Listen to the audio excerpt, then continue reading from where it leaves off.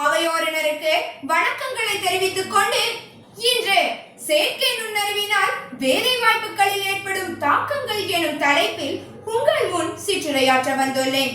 அந்த வகையில் நாம் இன்று வாழும் காலகட்டமானது தொழில்நுட்ப வளர்ச்சியின் உச்சகட்ட நிலையை எட்டிக் கொண்டுள்ளது. அதில் முக்கியமானது இந்த செயற்கை நுண்ணறிவாகும். செயற்கை நுண்ணறிவு எனப்படுவது மனிதர்களை போல் சிந்திக்கக்கூடிய, கற்றுக்கொள்ளக்கூடிய மற்றும் முடிவெடுக்கக்கூடிய இயந்திரங்களை உருவாக்கும் ஒரு சக்தி வாய்ந்த தொழில்நுட்பமாகும். நாம் இன்று வாழும் உலகமானது மெதுவாக ஆனால் தெளிவாக மாற்றமடைந்து வருகின்றது. இன்று பல நிறுவனங்கள் தானியங்கி முறைகளையே கையாள தொடங்கியுள்ளன.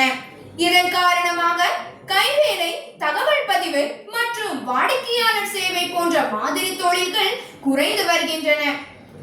AI செயலிகளானவை குறிப்பிட்ட செயல்களை துல்லியமாகவும் துரிதமாகவும் செய்து முடிக்கக்கூடியதால் சில இடங்களில் மனிதர்களின் பங்கு தேவையில்லை எனவே கருதப்படுகின்றது.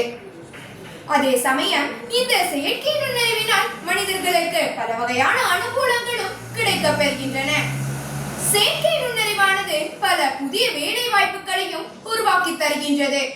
உதாரணமாக, செயற்கை நுண்ணறிவின் எதிர்வினை நிர்வாக அமைப்பாளர்கள், தொழிலறிந்த செயற்கை நுண்ணறிவு பயிற்சியாளர்கள் மற்றும் நெறிமுறை அமைப்பாளர்கள் போன்றவையாகும்.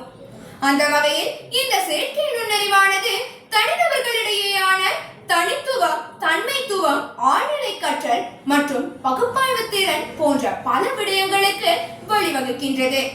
சுருக்கமாக கூறினால், இந்த செயற்கை நுண்ணறிவானது பல வேலை வாய்ப்புகளை இழக்கச் செய்யும். ஆனால் இழந்ததை விட பல மடங்கு வேலை வாய்ப்புகளை உருவாக்கி தருகின்றது. இந்த நவீன காலகட்டத்தில் செயற்கை நுண்ணறிவினுடனான வேலை வாய்ப்புகள் கிடைக்கப் பெறுவதற்கு தொழில்நுட்பத்தில் அனுபவமும் அதே சமயம் புதிய திறன்களை கற்றுக்கொள்வதும் மிகவும் அவசியமானதாகும். ஆகையால் மாற்றம் என்பது தவிர்க்க முடியாத ஒன்றாகும். அந்த மாற்றத்திற்குள் இணைந்து நாமும் பயணிக்க வேண்டும். ஆக மாற்றங்களை ஏற்று உண்மையான மனித திறன்களுடன் நாமும் முன்னேறுவோம் என கூறி வாய்ப்பளித்தமைக்கு நன்றி பாராட்டி விடைபெறுகின்றேன். நன்றிகள் 1000.